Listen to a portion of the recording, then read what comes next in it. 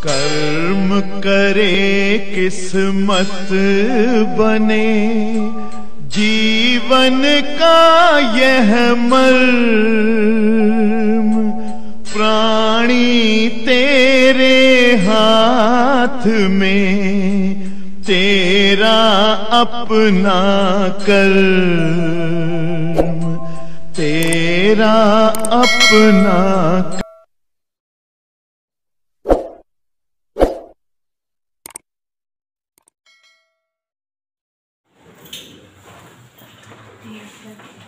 प्यारे बच्चों, आपके सामने मैं एक लेसन रख रहा हूं आज से पढ़ाना, सरल रेखी गति, लीनियर मोशन।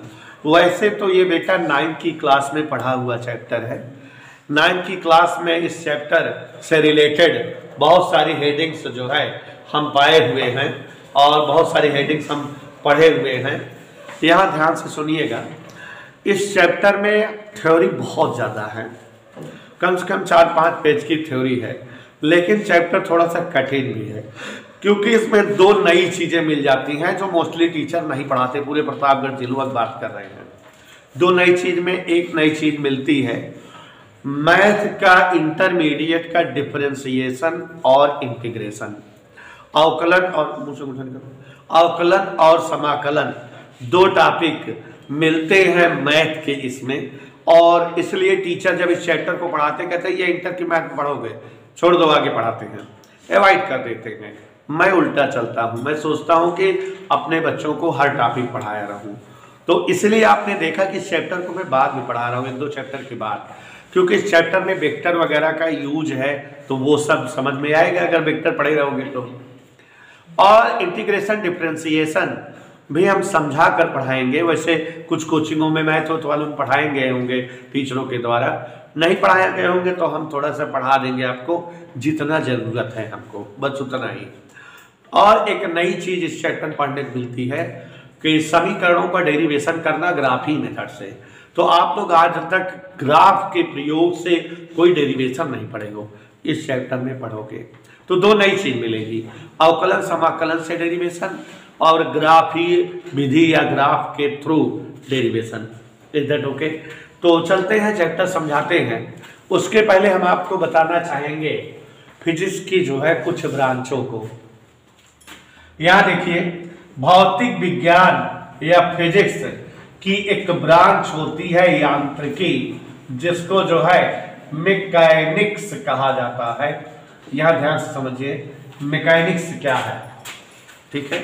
मैकेनिक्स बच्चों बीएससी पार्ट 2 में एक पेपर मिलेगा आपको पूरा पढ़ने को, मैकेनिक्स या यांत्रिकी। ये भौतिक विज्ञान की एक ब्रांच है, एक शाखा है, और भौतिक विज्ञान की ऐसी शाखा है जिसमें हम किसी भी वस्तु की गति अवस्था का अध्ययन करते हैं और उसकी विरामावस्था का अध्ययन करते हैं। वस्तुओं में 2 ही अवस्थाएं हो सकती हैं, या तो वस्तुएं चलती फिरती रहेंगी या तो विराम में रहेंगी। अगर कोई ऐसी फिजिक्स बने जिसमें वस्तु की गति अवस्था का अध्ययन किया जाए, वस्तु की विरामावस्था का अध्ययन किया जाए और बाह्य बल के कारण वस्तु के संतुलन का अध्ययन किया जाए। बाह्य बल जब लगाते हैं किसी वस्तु पर तो 2 बातें होती हैं, अगर वस्तु चल रही है तो रुक जाती है और रुकी हुई है तो चलने लगती है। तो ये बातों का अध्ययन फिजिक्स की जिस ब्रांच में किया जाए उसी शाखा को मैकेनिक्स या यांत्रिकी कहते हैं। तो प्यारे बच्चों, भौतिक विज्ञान की वह शाखा, बोलो, भौतिक विज्ञान की वह शाखा जिसके अंतर्गत वस्तुओं या कणों के गति अवस्था का अध्ययन किया जाए, विरामावस्था का अध्ययन किया जाए और बाह्यबल के कारण वस्तु के संतुलन का अध्ययन किया जाए, उसे ही हम यांत्रिकी कहते हैं।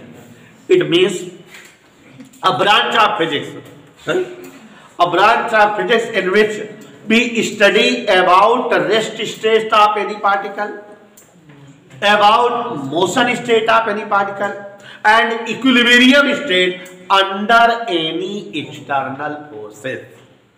नहीं समझ में आया? कि a branch of physics in which we study about rest state and motion state of any particle and equilibrium state under any external forces। माने एक ऐसी भौतिकिया जिसके अंतर्गत गति अवस्था का, विराम अवस्था का अध्ययन किया जाए और बाह्य बल के कारण वस्तुओं का जो संतुलन होता है उसका अध्ययन किया जाए, उसी भौतिकी को यांत्रिकी कहते हैं। और प्यारे बच्चों, यांत्रिकी के फादर, जनक मिस्टर सर आइजैक न्यूटन हैं। इन्होंने ही इस प्रकार की भौतिकी को खोजा या अन्वेषित किया, या इसके जनक यही है। और आपको बताना चाहूंगा कि इस भौतिक विज्ञान में न्यूटन ने प्रारंभ में केवल 3 प्रकार की मूल राशियां एज्यूम की थी, सोची थी। न्यूटन ने बताया था कि मूल राशियां 3 प्रकार की होती हैं, लंबाई, द्रव्यमान, समय। मूल मात्रक 3 होते हैं, मीटर, किलोग्राम, सेकंड। जबकि आप जान गए हो कि अब मूल राशियां 7 हो गई हैं। लेकिन इस फिजिक्स में कितनी मूल राशियां हैं? There are only 3 fundamental quantities as well as 3 fundamental units in this type of physics, which founder is Mr. Newton. Okay? तो आप समझ गए बेटा कि भौतिक विज्ञान की वह शाखा जिसके अंतर्गत कणों की विरामावस्था का, कणों की गति अवस्था का अध्ययन किया जाए और बाह्य बल के कारण वस्तु के संतुलन का अध्ययन किया जाए, उसे ही जो है हम यांत्रिकी या मैकेनिक्स कहते हैं। इसके जनक न्यूटन साहब हैं। समझ में आया बेटा? इसमें कुल कितनी मूल राशियों का प्रयोग है? परिभाषा है, आप सबको समझ में आ गया? इधर ओके? तो यांत्रिकी के जनक चाचा न्यूटन है।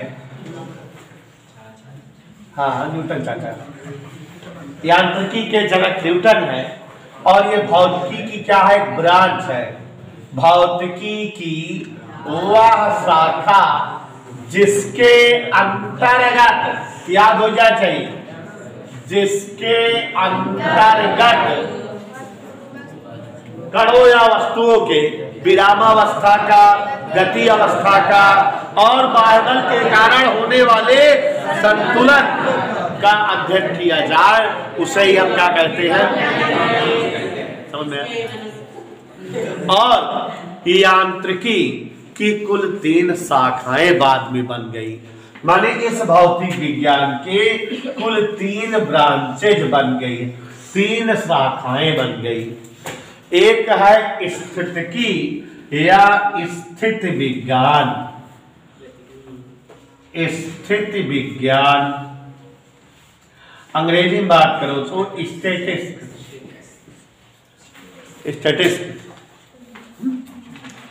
दूसरा है शुद्ध गतिकी,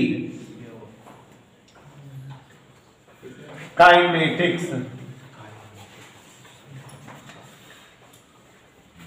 और तीसरी है गतिकी या गति विज्ञान, डायनामिक्स। कल हमने शायद आप लोगों को बताया था कि ये दोनों पहले गणित में थे। तो by the way there are 3 branches of mechanics, यांत्रिकी की। इतना समझ लो बेटा कि क्लास लेते रहोगे, उसके बाद घर जाके वीडियो देखोगे, पास कर करके रोक रोक के देखोगे तो डेफिनेशन वगैरह पूरा अंग्रेजी में भी बना लोगे, नो डाउट, क्योंकि मैं बोला रहता हूँ डेफिनेशन। तो पढ़ने के लिए भी समय निकाला करो, फालतू काम के लिए समय है तुम्हारे पास। क्या ध्यान दो जरा, यांत्रिकी की कुल कितनी ब्रांचें हैं? There are 3 branches of mechanics, स्थित विज्ञान, शुद्ध गतिकी और गति विज्ञान। प्यारे बच्चों, इन तीनों को डिफाइन करता हूं क्या है, अपने आप समझ गए होंगे। यांत्रिकी की वह शाखा, माने इसकी शाखा है, यांत्रिकी की वह शाखा जिसके अंतर्गत वस्तुओं के विरामावस्था का अध्ययन किया जाए, वही स्थित विज्ञान या स्टैटिक्स कहलाती है। अंग्रेजी बोलो। अ branch of mechanics in which there is a study of rest state of particle, it's called स्थिति विज्ञान। माने जिस विज्ञान में हम वस्तुओं की विरामावस्था का अध्ययन करें वही विज्ञान जो है। अब इन दोनों को देखो, दोनों गति विज्ञान है, माने दोनों में कण की गति की अवस्था का ही अध्ययन किया जाएगा, लेकिन दोनों में एक छोटा सा डिफरेंस है। यांत्रिकी की वह शाखा जिसके अंतर्गत कणों की गति का अध्ययन, कणों की बिना बाह्य बल द्वारा आरोपित प्रभाव को ध्यान में लेके किया जाए, माने बाह्य बल जो प्रभाव डालता है गति पर उसको ध्यान में न ले और गति का अध्ययन करें, तो ऐसे जो है विज्ञान को हम क्या कहते हैं? ठीक है। और यांत्रिकी की वह शाखा जिसके अंतर्गत कणों के गति का अध्ययन बाह्य बल द्वारा आरोपित प्रभाव को ध्यान में लेकर किया जाए, उसे क्या कहते हैं? माने रितिका जी, a branch of mechanics in which we study about the rest state of particles is known as statistics.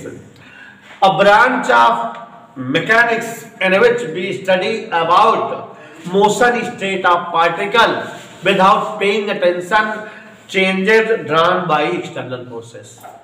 मतलब कि जो एक्सटर्नल फोर्स के द्वारा चेंजेस बनते हो उनको ध्यान में न लिया जाए और उसके बाद गति का अध्ययन किया जाए, तो ये कौन सी विज्ञान होती है? काइनेमेटिक्स।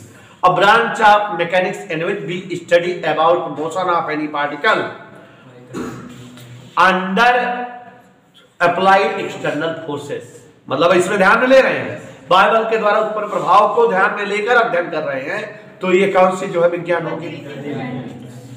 इधर क्लियर समझ में आ गया?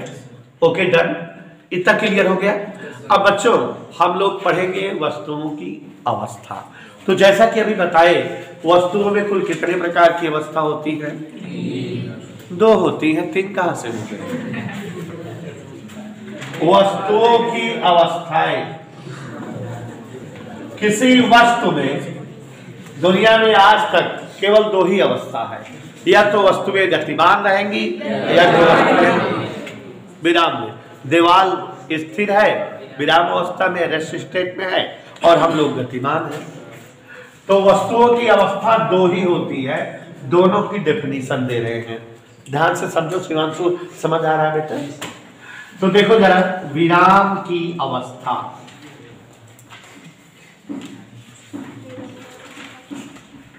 और दूसरी है गति की अवस्था।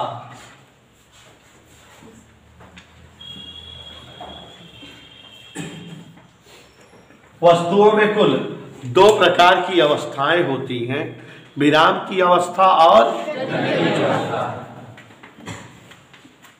अंग्रेजी में बात करें स्टेट ऑफ रेस्ट और स्टेट ऑफ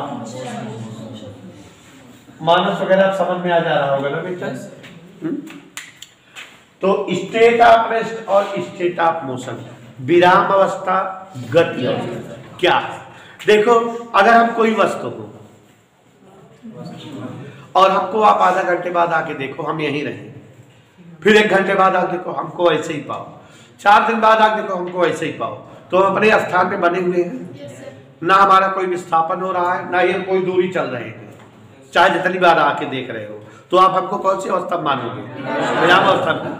तो विराम अवस्था परिभाषा नहीं बन गई कि ऐसी अवस्थाएं जिनमें वस्तुओं में समय के सापेक्ष ना ही कोई दूरी तय हो, ना ही कोई विस्थापन प्राप्त हो, ऐसी अवस्था को हम जो है विरामावस्था या स्टेट ऑफ रेस्ट कहते हैं।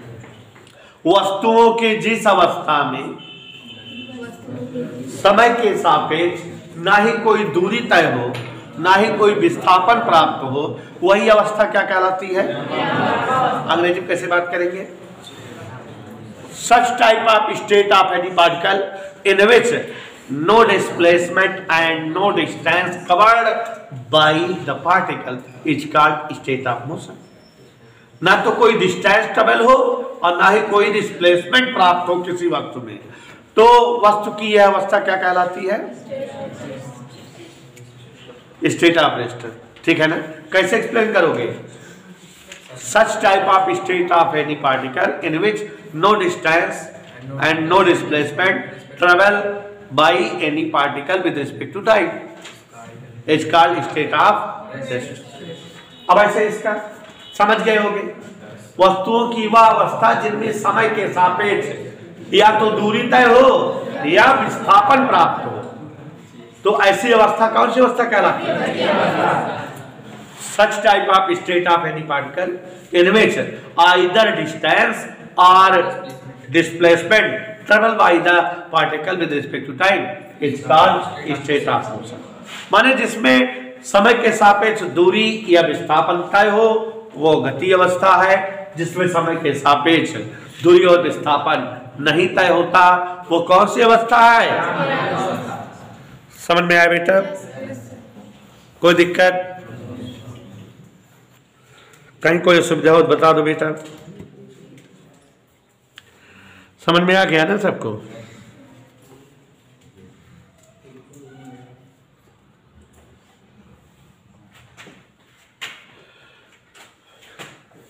अब आगे देखते हैं बेटा।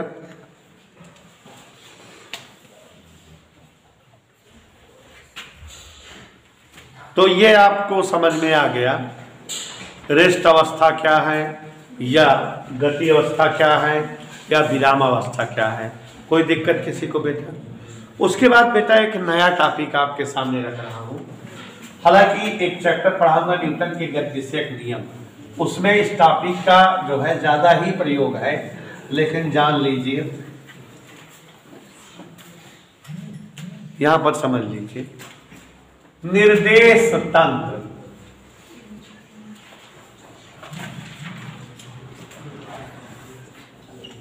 अंग्रेजी है बेटा फ्रेम ऑफ रेफरेंस।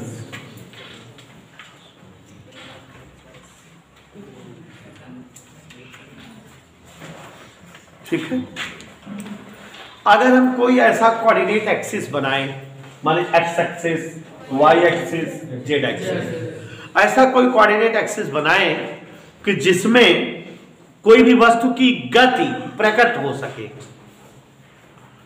माने एक्स अक्ष पे दूरी, वाई अक्ष पे समय, या एक्स अक्ष पे समय, वाई अक्ष पे दूरी दिखाते हुए हम ग्राफ बना सकें, तो उसी जो है निर्देशाक्ष को, कोऑर्डिनेट एक्सिस को निर्देश तंत्र कहा जाता है। माने वह निर्देशाक्ष जिसके द्वारा वस्तुओं के गति को दूरी व समय के सापेक्ष प्रकट किया जा सके निर्देश तंत्र कहलाता है। क्या ध्यान दीजिएगा? वह निर्देशाक्ष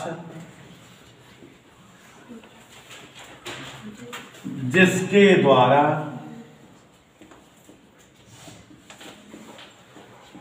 किसी कण की गति को दूरी व समय के सापेक्ष प्रकट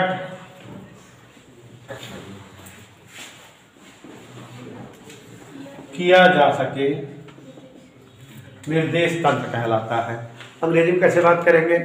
सच टाइप ऑफ, निकल के बाहर आ जाओ, सच type of coordinate axis by which motion of any particle, such type of coordinate axis by which motion of any particle represent with respect to distance and time is called frame of reference। फिर से सुनो।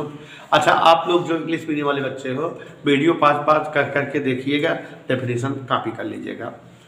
तो फिर से बोले बेटा, सच type of coordinate axis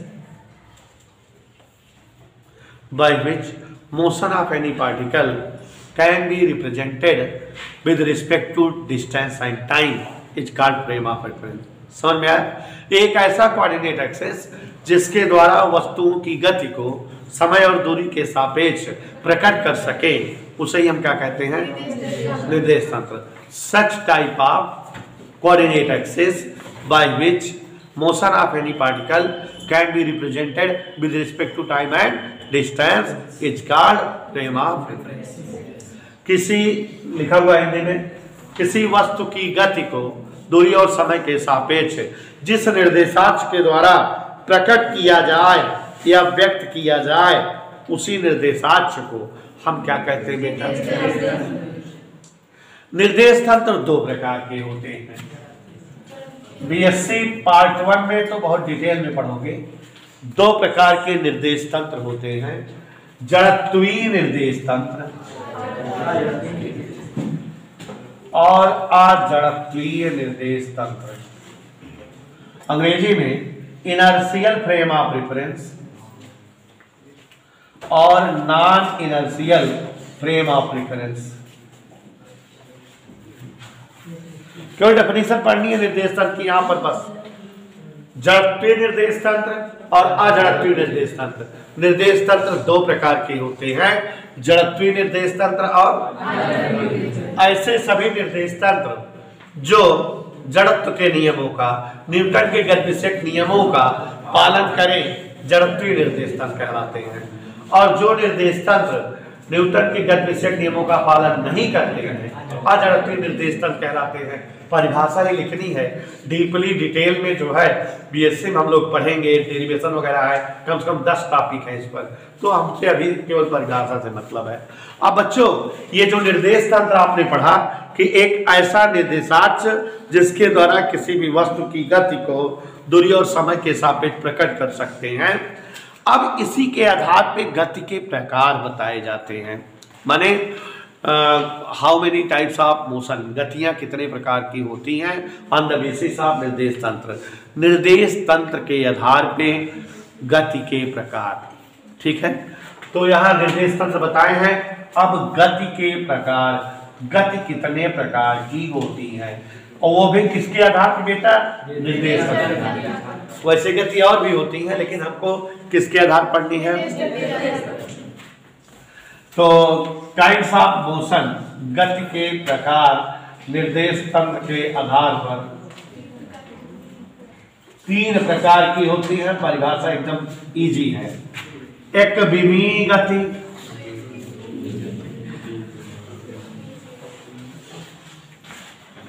द्विविमीय गति, नाम सुनते जाओ स्पष्ट हो जाएगा।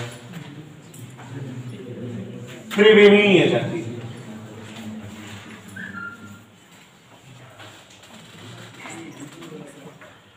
क्या गौर से देखिए, एक विमीय गति, दो विमीय गति और त्रिविमीय गति। गतियां जो है कुल 3 प्रकार की होती हैं निर्देश तंत्र के आधार पर। There are 3 type of motion on the basis of frame of reference. तो क्या है बेटा ये समझो। एक विमीय गति, द्विविमीय गति, त्रिविमीय गति, 1 डायमेंशनल मोशन। और आगे 1 डायमेंशनल मोशन। अब आगे सबकी डेफिनेशन अंग्रेजी लिख लोगे। 2 डायमेंशनल मोशन और 3 डायमेंशनल मोशन, ठीक है। नाम से डेफिनेशन क्लियर हो जाती है। फिजिक्स इतनी प्यारी सब्जेक्ट है। तो यहां पर देखिए जरा, प्रभाकर आनंद और आगे बेटा, वहां झांक रहे हो, दिख नहीं रहा कभी, आगे आ जाओ। 1 dimensional motion, 2 dimensional motion, 3 dimensional motion. एक विमीय गति, 2 विमीय गति, त्रिविमीय गति। क्या है देखो बच्चों, अगर किसी गति को हम सब याद करा रहे हैं, एक विमीय गति, 2 विमीय गति, त्रिविमीय गति। बेटा नाम से परिभाषाएं स्पष्ट हैं और देख रहे हो हम याद भी कराते जा रहे हैं। ऐसी कोई भी गति हो जिसे किसी एक अक्ष के द्वारा हम प्रकट कर सके या दिखा सके। जिन गतियों को पूर्णतया व्यक्त करने के लिए एक ही अक्ष की आवश्यकता हो, जिन गतियों को हम केवल एक अक्ष के द्वारा प्रकट कर सके, चाहे हम एक्स अक्ष के द्वारा प्रकट करें, चाहे वाई अक्ष के द्वारा प्रकट करें, चाहे जेड अक्ष के द्वारा, लेकिन एक ही अक्ष के द्वारा अगर किसी गति को हम प्रकट कर सकते हैं तो वह गति एक विमीय गति कहलाती है। बच्चों, जैसे आप कार चलते हुए देखे हो, ट्रेन देखे चलते हुए, या बस, ये सब एक्स अक्ष की दिशा के अकॉर्डिंग चलती हैं। इनकी गति को अगर प्रकट करना हो तो हम केवल एक्स अक्ष की हेल्प से इनको जो है एक्स एक्सिस के द्वारा इनको हम डिफाइन कर सकते हैं। जैसे कोई पत्थर ऊपर से नीचे गिर रहा हो, पानी बरस रहा हो ऊपर से नीचे, या नीचे से ऊपर कोई पत्थर फेंक रहे हो, पतंग नीचे से ऊपर उड़ रही हो, पक्षी नीचे से ऊपर उड़ रहा हो, हवाई जहाज नीचे से ऊपर उड़ रहा हो, इन सब की गति को हम वाई एक्सिस के द्वारा व्यक्त कर सकते हैं। तो हमें एक ही अक्ष की जरूरत पड़ रही कि नहीं? तो जिन गतियों को पूर्णतया प्रकट करने के लिए केवल एक ही अक्ष की आवश्यकता हो, वे गतियां एक विमीय गति कहलाती है। शॉर्टकट में परिभाषा बोली जाती है पलक जी, ऐसी समस्त गतियां जिन्हें किसी एक अक्ष के द्वारा प्रकट किया जाता हो, चाहे एक्स अक्ष के द्वारा प्रकट किया जाए, चाहे वाई अक्ष के, चाहे जेड अक्ष के, वो एक विमीय गति कहलाती है। अंग्रेजी में बात करो, सच type of motions which can be represented by any one axis। नहीं समझे? Such type of motion which can be represented by any one axis are called one dimensional motion। समझ में आ गया?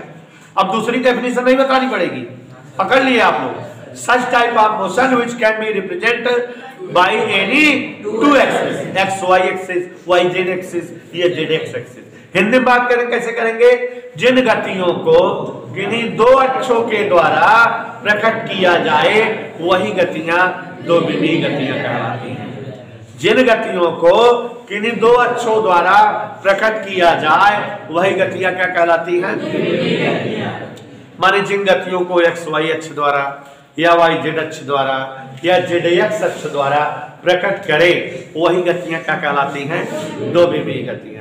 तो जिन गतियों को पूर्णतया प्रकट करने के लिए या व्यक्त करने के लिए दो दो अक्षों की रिक्वायर्ड हो, X Y, Y Z, Z X, वे गतियां दो विमीय गतियां कहलाती हैं। उदाहरण, प्रोजेक्टाइल मोशन, अभी भी कुछ दिन पहले पढ़े थे आप, प्रक्षेप गति। तो उसमें क्षैतिज परास एक्स अक्ष पे होती थी, माध्यम ऊंचाई वाई अक्ष पे, तो दो अक्षों की जरूरत पड़ती थी कि नहीं? तो क्षैतिज गति, प्रक्षेप गति और वृत्तीय गति दो ऐसी गतियां हैं जिनको रिप्रेजेंट करने के लिए दो अक्षों की जरूरत पड़ती है, और इसलिए ये दोनों गतियां दो विमीय गतियां कहलाती हैं। समझ में आया? तो जिन गतियों को प्रकट करने के लिए एक ही अक्ष की आवश्यकता हो एक विमीय गति कहलाती है। उदाहरण के तौर पर क्षैतिज और ऊर्ध्वाधर गति, कार बस की गति या बारिश की गति, ऐसे ही जिन गतियों को प्रकट करने के लिए दो अक्षों की जरूरत हो वे गतियां दो विमीय गतियां कहलाती हैं। जैसे प्रक्षेप गति और वृत्तीय गति। इतना डीप में एक पॉइंट में समझाता हूं कि जीवन पर्यंत याद रहे। ऐसे कोई पढ़ाता नहीं, किसी स्कूल पढ़ाए होंगे तो आप देखोगे इतना टाइम नहीं दिए होंगे। त्रिविमीय गतियां, जिन गतियों को स्पष्ट करने के लिए तीनों अक्ष की रिक्वायर्ड हो, एक्स वाई जेड, तीनों अक्षों के द्वारा जो गतियां समझाई जाती हैं वे गतियां त्रिविमीय गतियां कहलाती हैं। सच type of motion which will be represented by all axes x y z are called three type of motion या थ्री डायमेंशनल मोशन।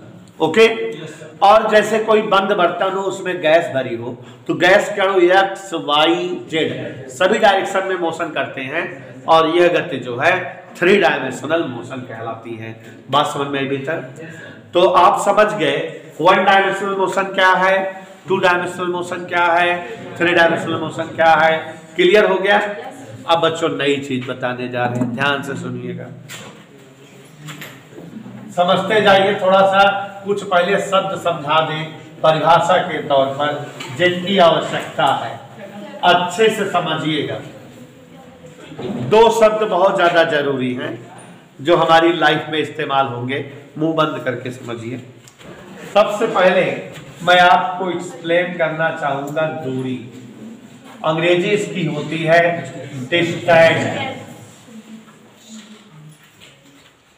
ध्यान दीजिएगा बेटा, दूरी या डिस्टेंस। तो छोटी कक्षाओं में भी पढ़े हो आप, यहाँ हम थोड़ा सा क्लियर करा रहे हैं क्योंकि इसके आगे वाले सारे टॉपिक इससे अटैच्ड है, इसलिए इसको अब थोड़ा सा गंभीरता पूर्वक। दूरी क्या है? देखो इधर, अगर कोई वस्तु गतिमान हो, क्या गतिमान, और यहां से शुरू करे चलना, एक जो है वस्तु है, रामलाल है, स्कूटर ले लेंगे, और ये इलाहाबाद में खड़े हैं, इलाहाबाद से ये जो है बरेली आ गए, कहाँ चले आए? बरेली से ऐसे रास्ता पकड़े छत्तीसगढ़ चला आएंगे, ठीक है, छत्तीसगढ़ से ऐसे रास्ता पकड़ के दादूपुर चला आएंगे।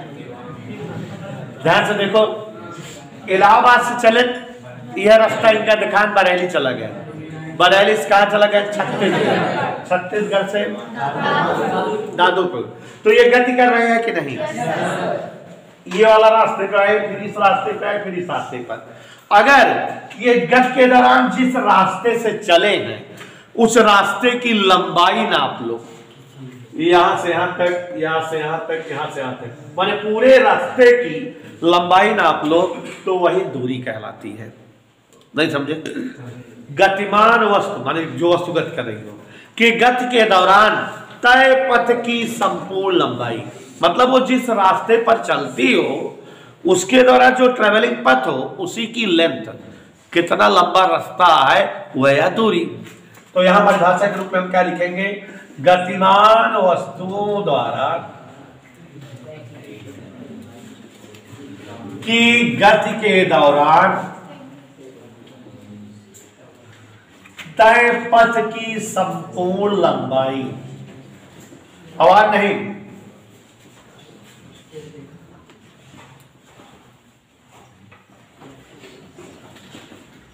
गतिमान वस्तुओं के गति के दौरान तय पथ की संपूर्ण लंबाई क्या कहलाती है? तो किसी गतिमान वस्तु के गति के दौरान तय पथ की संपूर्ण लंबाई दूरी कहलाती है। कोई दिक्कत बेटा किसी को? जिस रास्ते पर वस्तु चलती है उस रास्ते की लंबाई ही दूरी कहलाती है, ठीक है। Length of total path travel by any particle is called, आजा बेटा,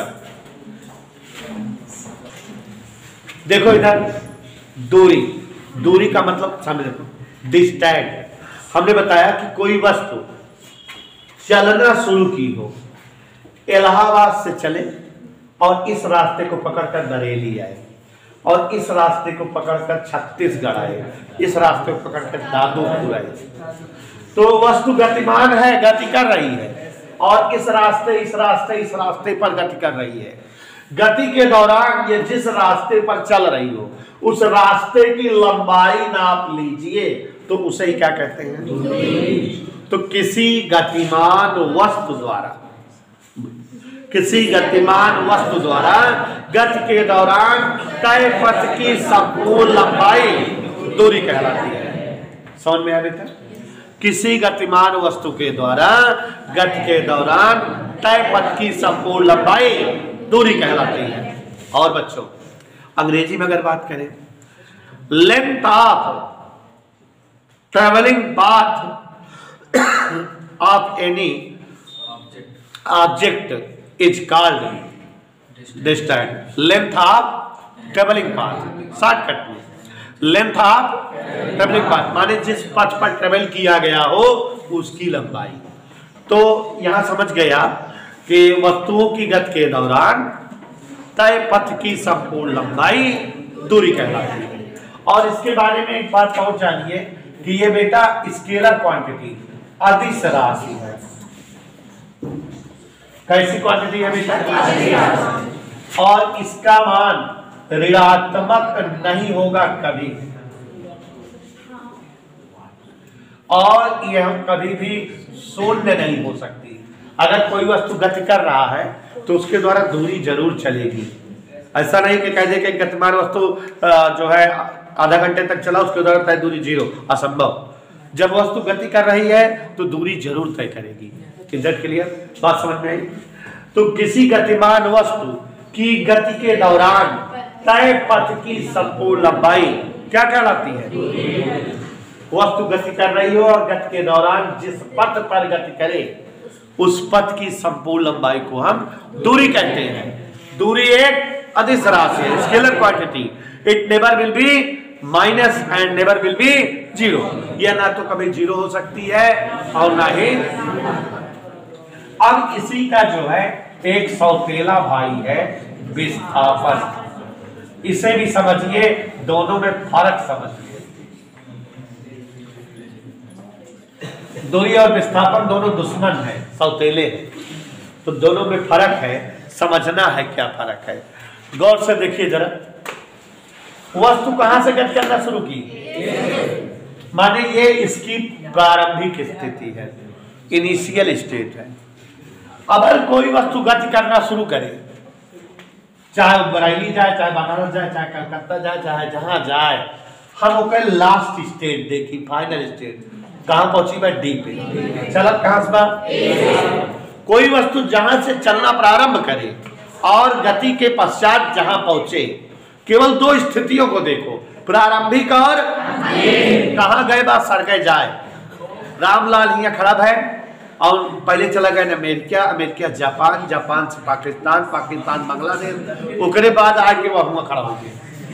तो ये कहाँ गए, कौने रास्ता गए, कौने साधन गए, सर गए जहाँ चलत यहाँ से यहाँ इनके इनिशियल स्टेट पर पहुंच गए ना, के मियां दौड़ मस्जिद तक लास्ट में यही पहुंचा है। जहां पहुंचा होकर देखी, दोनों के बीच के जो न्यूनतम दूरी बा वही कहा जाता shortest distance in between initial and final point is called displacement.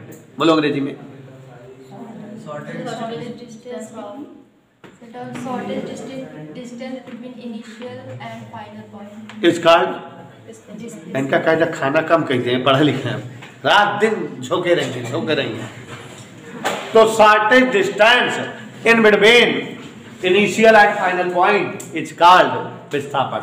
Hindi में कैसे बात करेंगे, वस्तुओं के गति के दौरान प्रारंभिक और अंतिम स्थितियों के मध्य की न्यूनतम दूरी। वस्तु के प्रारंभिक, दो तीन लड़कों को बहुत बुरी मार मारने जा रहे हैं, बता दे रहा हूं, क्लास में मिनट बात बर्दाश्त नहीं है। वस्तु के प्रारंभिक हुआ, मैं यहां रटा रहा हूं, उसको रटो।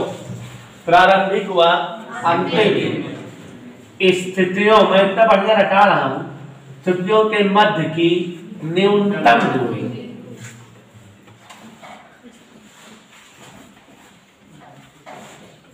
वस्तु के प्रारंभिक व अंतिम स्थितियों के मध्य की न्यूनतम दूरी विस्थापन कहा जाता है। वस्तु के प्रारंभिक और अंतिम स्थिति के मध्य की न्यूनतम दूरी माने विस्थापन ये है, ये विस्थापन है, और ये पूरा जो है दूरी है, और ये क्या है, विस्थापन। जैसे अगर कोई लड़का वृत्ताकार पथ पर चल रहा हो, ए से चलना शुरू करे, ए से ऐसे ऐसे ऐसे ऐसे ऐसे और वृत्ति पथ पे चलते हुए यहां पर पहुंच जाए, ऐसे कहां से चल रहा है, ऐसे इसी रास्ते से चल रहा है, ऐसे चलते चलते यहां पर पहुंच गया। अब आप बताओ कि इस वस्तु के द्वारा चली गई दूरी क्या है, मतलब अर्ध परिधि। दूरी क्या है, दूरी वस्तु के द्वारा अर्ध परिधि है, सेमी सरकमफ्रेंस, और विस्थापन क्या है, व्यास। विस्थापन इसका क्या हुआ, ए से चला सी पे पहुंचा, विस्थापन ये, और दूरी ये इधर के लिए अर्ध परिधि माने पाई आर, और व्यास माने 2r। तो यहाँ दूरी है पाई आर और व्यास और विस्थापन है 2r। इधर क्लियर। तो सवाल भी पूछ सकता है कि एक कण एक सेमी त्रिज्या के वृत्त पर गति कर रहा है, अर्धवृत्तीय पथ पर गति के दौरान उसके द्वारा तय विस्थापन बताओ, तो माने 2r, उस व्यास का दुगना कर देना। दूरी पूछे तो पाई आर, पाई से आर में गुणा कर देना। इधर क्लियर, आंसर नहीं आ जाएगा, टेक्निकल बात नहीं है ये। तो आप समझ गए बेटा कि किसी वस्तु की गति के दौरान प्रारंभिक स्थिति और अंतिम स्थिति के मध्य की न्यूनतम दूरी विस्थापन कहलाती है। बात समझ में आ गई, ये उदाहरण भी समझ में आ गया वृत्ताकार वाला। और देखो ये विस्थापन बेटा सदिश राशि है। कैसी राशि है? सदिश राशि। और ये ऋणात्मक हो सकती है, इसका मान निगेटिव हो सकता है, इट कैन बी निगेटिव, और इसका मान शून्य भी हो सकता है। जैसे बेटा ध्यान से देखो, अगर अभी हम इस जगह खड़े हैं, हम ऊपर वाले कमरे पर जाएं, ऊपर वाले तल्ले पर, तो हमारा विस्थापन प्लस में होगा ना, और नीचे वाले में जाए तो इधर के लिए तो विस्थापन माइनस हो सकता है कि नहीं। और अगर जो है ए से चलते हुए व्यक्ति से घूमते घामते फिर ए पर आ जाए तो विस्थापन शून्य भी हो जाएगा ना। तो बेटा दूरी जान गए, विस्थापन जान गए। यहाँ कक्षा 9 में एक हेडिंग आपको पढ़ाई जाती है, यहाँ मैं नहीं पढ़ाऊंगा, मगर उसकी चर्चा जो है रितिका से कर ले रहा हूँ। दूरी और विस्थापन में अंतर बताओ, पूछा जाता है कि दूरी और विस्थापन में अंतर। तो अपने आप समझ लो दूरी और विस्थापन में अंतर क्या है। ध्यान से, किसी वस्तु द्वारा तय संपूर्ण पथ की लंबाई दूरी कहलाती है, जबकि प्रारंभिक और अंतिम स्थितियों के ही मध्य की दूरी विस्थापन कहलाती है। एक अंतर। दूसरा, दूरी अदिश राशि है और विस्थापन। तीसरा डिफरेंस, दूरी ऋण नहीं होगी और विस्थापन ऋण हो सकता है। चौथा डिफरेंस, दूरी कभी भी गति के दौरान शून्य नहीं होगी, विस्थापन शून्य पॉसिबल है, संभव है। तो दीज आर अंतर इन बिटवीन दूरी एंड विस्थापन। तो दूरी और विस्थापन में अंतर हो गए कि नहीं बच्चों? अब बच्चों ये दोनों चीजें अगर अच्छे से समझ में आ गई हो तो आगे के टॉपिक समझना इजी हो जाता है। तो जैसा कि सिफा जी समझे हो, चाल और वेग के बारे में हम चर्चा करेंगे। किसके बारे में बेटा? चाल और वेग क्या है, गौर से देखिए।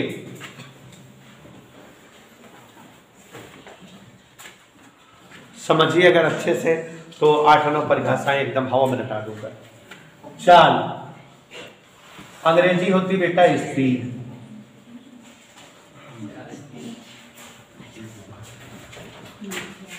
कोई अगर गतिमान वस्तु है, वो 1 सेकंड में जितना दूर चलती है वही लंबाई चाल कहलाती है।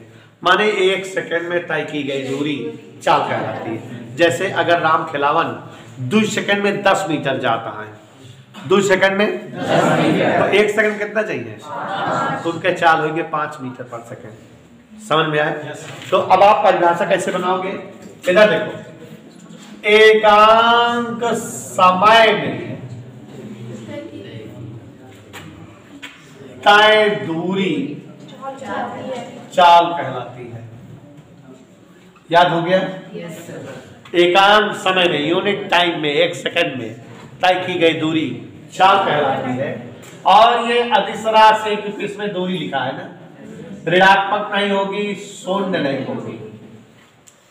दूरी बटा समय चाल का सूत्र होगा। चाल बराबर, और इसका मात्रक मीटर पर सेकेंड। विधि सूत्र बिना बताइए सब जान जाओगे आप। यम 0 इधर क्लियर। इतना बातें चाल के बारे में पढ़ना है। फिर से बताएं चाल के बारे में क्या पढ़ना है। एकांक समय में चली गई दूरी चाल कहलाती है। अंग्रेजी में बोलो, total distance travel in unit time. Total travel in unit time is known as speed. It is a scalar quantity. It never will become 0. It never will be in negative symbol. Okay? समझ में आया? चाल का formula क्या बताए? मात्रक और विमी सूत्र LT माइनस। इसी का भाई है वेग, वेलोसिटी। बस जहां दूरी लिखा है वही जो है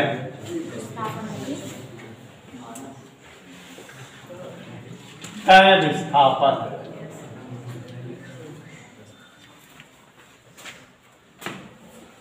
एकांक समय में तय विस्थापन क्या कहलाएगा? दूरी को क्या लिख दिए? विस्थापन। तो चाल के बजाय क्या बन गया? याद रखो, जब दूरी विस्थापन बना था तो चाल का बन गया था वेग। याद रहे। अब इसका जो है सूत्र क्या होगा? विस्थापन बटा समय अंतराल। मात्रक इसका भी मीटर पर सेकंड। विमीर सूत्र इसका भी m0 LT -1। और यह एक सदिश राशि, क्योंकि विस्थापन है, ये जीरो भी हो सकती है। और समझ में आ गया? फिर से एक बार बताएं, ध्यान से देखो।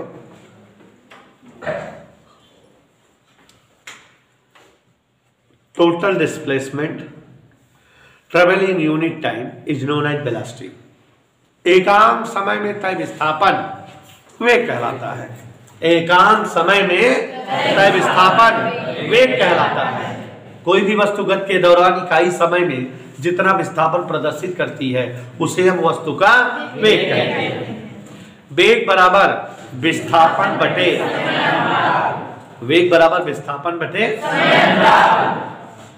वेग का मात्रक मीटर पर सेकंड। और विमीर सूत्र LT -1, यह भी सदिश राशि है, इसका मान शून्य और ऋण हो सकता है। समझ में आया बेटा? अब वेग दो प्रकार के होते हैं। एक तो चलने वाला वेग, माने जिस वेग से आप चलना प्रारंभ करो उसको कहते हैं प्रारंभिक वेग, और उसे लिखते हैं U से, इनिशियल वेलोसिटी। और वस्तु चलते चलते उसका वेग जब लास्ट में जो पहुंचता है, अंतिम वेग, फाइनल वेलोसिटी, V से लिखते हैं ना। तो माने वस्तु में वेग कई सारे हो गए ना, और जब वेग कई सारे हो गए तो वस्तु में एक शब्द आ जाता है त्वरण।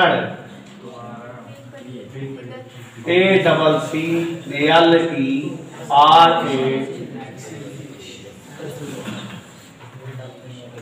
त्वरण क्या है? रह जाओ। जैसे अगर अभी राम खिलावन खड़ा होंगे और हम कहीं बेटा जा दौड़ के जो है मेन सड़क पे कौन चीज दिखा था खरीद के लावा, तो हिया से दौड़ शुरू करें 10 मीटर पर सेकंड के वेग से। कितने वेग से? ध्यान से सुना है, महादेव को टूट जाए। 10 मीटर पर सेकंड से राम खिलावन दौड़ शुरू करें, ठीक है। और घड़ी हम देखत रहे, अब बहरे खड़ा होकर सब जने ताड़त रहे इनका। 2 सेकंड बाद जब ये सड़क पे पहुंचे लगे, इनका कटावा कुकुर दौड़ा ले। पागल कुत्ता दौड़ा लिया इनको बड़े भयानक तौर पे आंख चढ़ा के काटी ले, तो हर गोश्त निकाल ले। तो अब जनता यहाँ ये गोड़ मोड़े भग दौड़े लगी, मतलब जिंदगी में सबसे बड़ी जो है समस्या के सामने आएगी, और बहुत ज्यादा फुल स्पीड से दौड़ने लगी है। तो 10 मीटर पर सेकंड के वेग से चलना प्रारंभ किए, 2 सेकंड तक जौले कुकुर दिखाए, इनका स्पीड होगी 16 मीटर पर सेकंड। वेग बढ़ा लेंगे कि ना, फुल ताकत से दौड़ने लगे। अरे मोरी माई भागा नहीं काटे। तो अब शुरुआत की स्पीड कितना है, लेकिन बदल गई ना। कितना हो गया वेग? कितनी देर में? कितना बदला? कितनी देर में? 2 सेकंड में इन्होंने अपना वेग बढ़ाया 6 मीटर पर सेकंड। तो 1 सेकंड में कितना वेग बढ़ाए? 3 ना। और 1 सेकंड में ये जितना वेग बढ़ाए वही का कहा जाता त्वरण। माने परिभाषा बनी, एकांक समय में हुआ वेग परिवर्तन त्वरण कहलाता है। क्या बोले हम?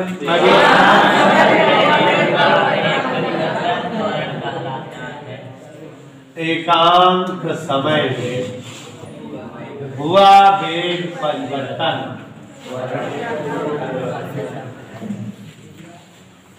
या कुछ लोग इसी को 19 की तरह बोलते हैं, वेग परिवर्तन की दर।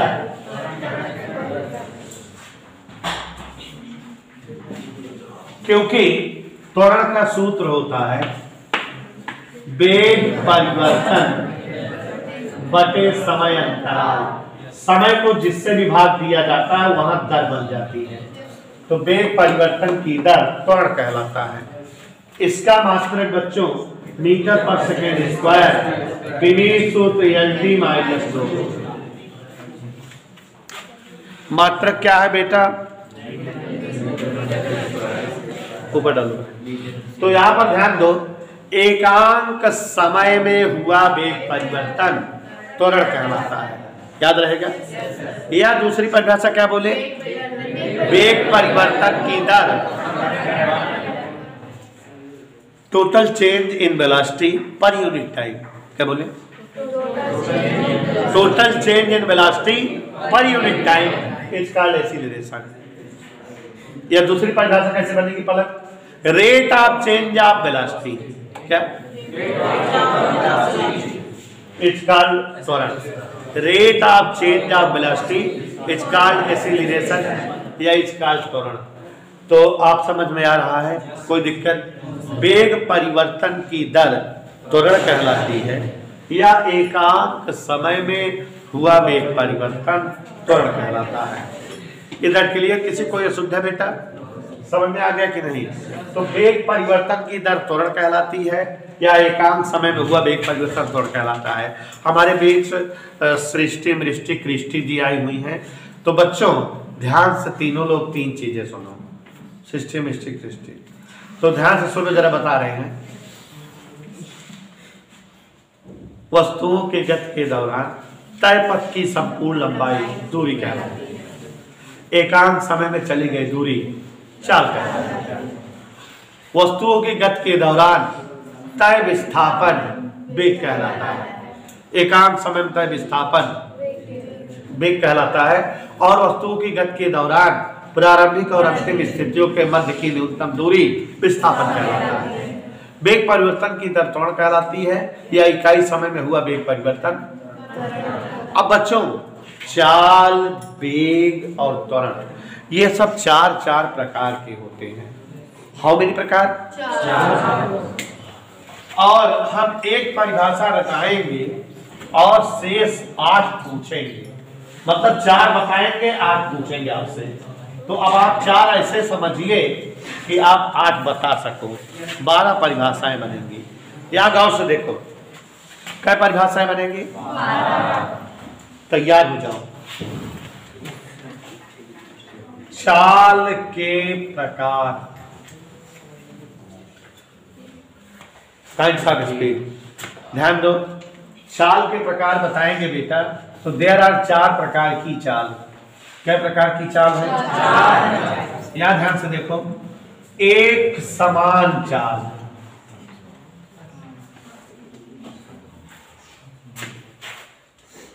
चार प्रकार की चाल है। तो 4 प्रकार का वेग होगा, 4 प्रकार का त्वरण होगा। आप चाल की परिभाषा सीखो, वेग और त्वरण की निकाल के बताओ। परिवर्ती चाल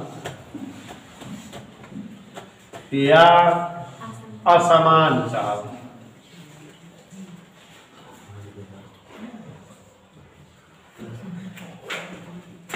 ठीक है।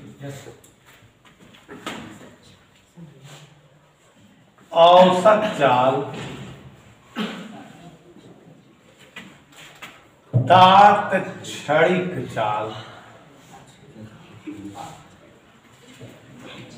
क्या चाल हो गई? और बच्चों 4 चाल है तो 4 वेग है, और 4 जो है त्वरण है। तो 4 ये हम बता रहे हैं, शेष आप दोनों का बताओगे भी। हिंट दे रहा हूं। एक समान चाल की अंग्रेजी होती है यूनिफॉर्म स्पीड।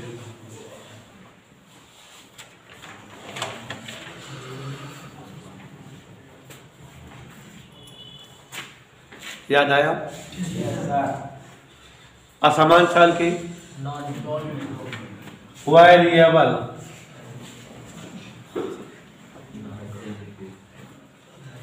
या नॉन यूनिफॉर्म वेरिएबल स्पीड। औसत की एवरेज स्पीड।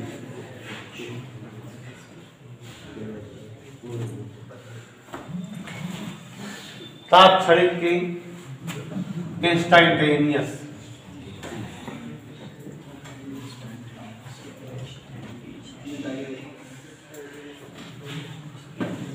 प्यारे बच्चों, इन चारों की सीख लो तो जान रहे हो कि चाल के बजाय हम वेग लिख देंगे और चाल के बजाय त्वरण लिख देंगे, तो आपको बताना रहेगा। ठीक, चलते हैं। यदि किसी वस्तु की गति के दौरान, समझो जरा, वस्तु की गति के दौरान समान समय में समान दूरी तय हो तो वस्तु की चाल एक समान चाल है। जैसे हम चलत हुई 2 सेकंड हमका देहा, हम 5 मीटर चला गए, एक दिन फिर 2 सेकंड है तब हम 5 मीटर गए, फिर 2 सेकंड है तब हम 5 मीटर गए। तो समान समय 2 सेकंड दूरी हम कैसे चलते हैं? तो समान समयों में जब समान दूरी तय होती है तो वस्तु की चाल, जब समान समयों में समान दूरी तय हो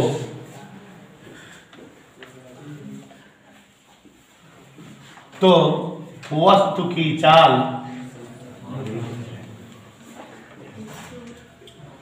एक समान चाल कहलाती है। परिभाषा बन गया कि नहीं?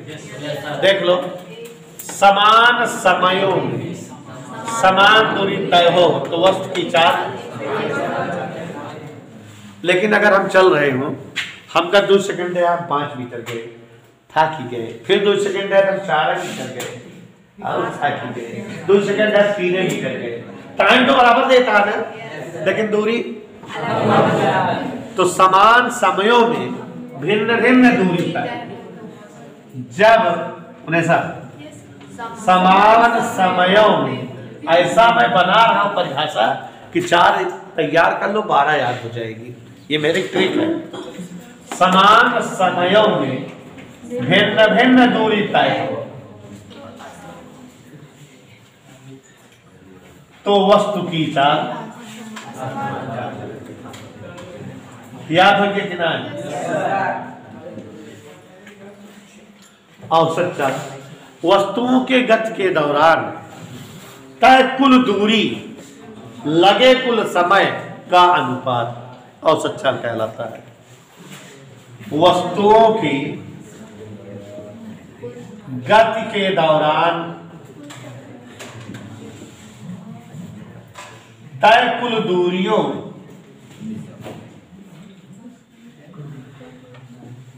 व लगे कुल समयों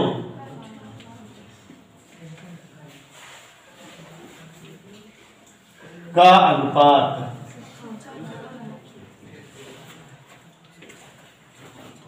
ठीक है। सुन में तात्क्षणिक या इंस्टेंटेनियस स्पीड या करेक्ट स्पीड, माने जैसे कोनो वस्तु चलत हुए कोनो विशेष टाइम होके जो चल, जैसे 9 बजे वो देखे रहे हम 5 मीटर पर सेकंड जात रही और हम 10 बजे विश्वनाथगढ़ में मिला रहने भमरे बगल से गुजरी गाड़ी 80 की स्पीड से रही। तो विशेष समय जो चाल होता है वो का तात्क्षणिक चाल। तो वस्तुओं की किसी विशेष क्षण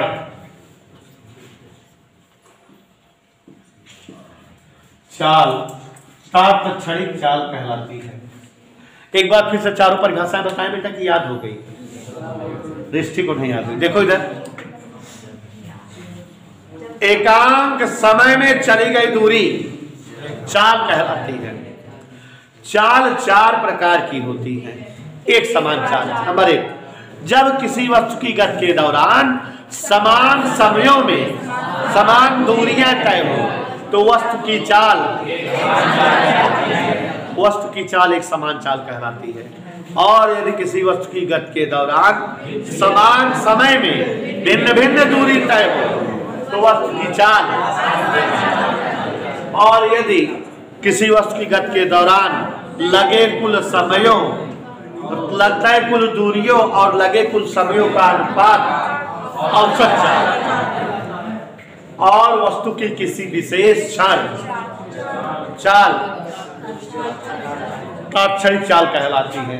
एक ट्रिक समझो इधर, जब परिभाषाओं में हर जगह दूरी पढ़ोगे, किसी भी परिभाषा में क्या पढ़ोगे? दूरी पढ़ोगे तो परिभाषा बनेगी चाल की। जहां जहां दूरी है वहां वहां दूरी हटा दो, मिटा दो, और वहां वहां विस्थापन पढ़ो तो परिभाषा बनेगी वेग। और दूरी हटाया जाए, विस्थापन हटाया जाए, लिख दिया वेग परिवर्तन, तो परिभाषा बनेगी। लेकिन कैसे, मैं बता रहा हूं। पहले एक समझो पहले परिभाषा कैसे निकालूंगा। जब समान समयों में समान दूरी तय हो तो वस्तु की चाल एक समान चाल कहलाती है। दूरी हटा दी तो चाल हट जाए, विस्थापन लिखा तो क्या बन जाए। चलो पढ़ा दे, बोले ना इन देखा पर भकराऊ। जब समान समयों में, हमका केवल विस्थापन लाओ क्या दूरी बजाय, जब समान समयों में समान विस्थापन तय हो, दूरी ना बोला क्या बोला, मलिच्छिन देखेंगे।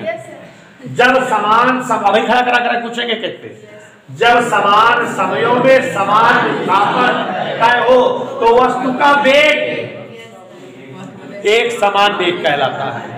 इसमें अब जब समान समयों में भिन्न भिन्न विस्थापन तय हो तो वस्तु का वेग असमान वेग या परिवर्ती वेग कहलाता है।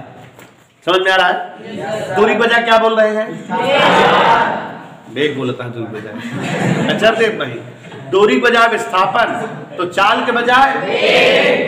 चलो इसमें वस्तुओं के गति के दौरान तय कुल विस्थापनों व लगे कुल समयों का अनुपात औसत वेग कहलाता है। औसत वस्तुओं की किसी विशेष क्षण वेग तात्क्षणिक वेग कहलाता है। अब अगर जौन है दूरी और विस्थापन बजा का बोली तो क्या बने। एक मिनट पहले सब जने सुना। जब समान समयों में समान वेग परिवर्तन तय हो तो वस्तु का त्वरण एक समान त्वरण कहलाता है। जब समान समयों में भिन्न भिन्न वेग परिवर्तन तय हो तो वस्तु का त्वरण असमान या परिवर्ती त्वरण कहलाता है। वस्तुओं की गति के दौरान तय कुल वेग परिवर्तनों व लगे कुल समयों का अनुपात औसत त्वरण कहलाता है। वस्तुओं की किसी विशेष क्षण वेग परिवर्तन या वस्तु की त्वरण तात्क्षणिक त्वरण कहलाता है। तो समझ में आया।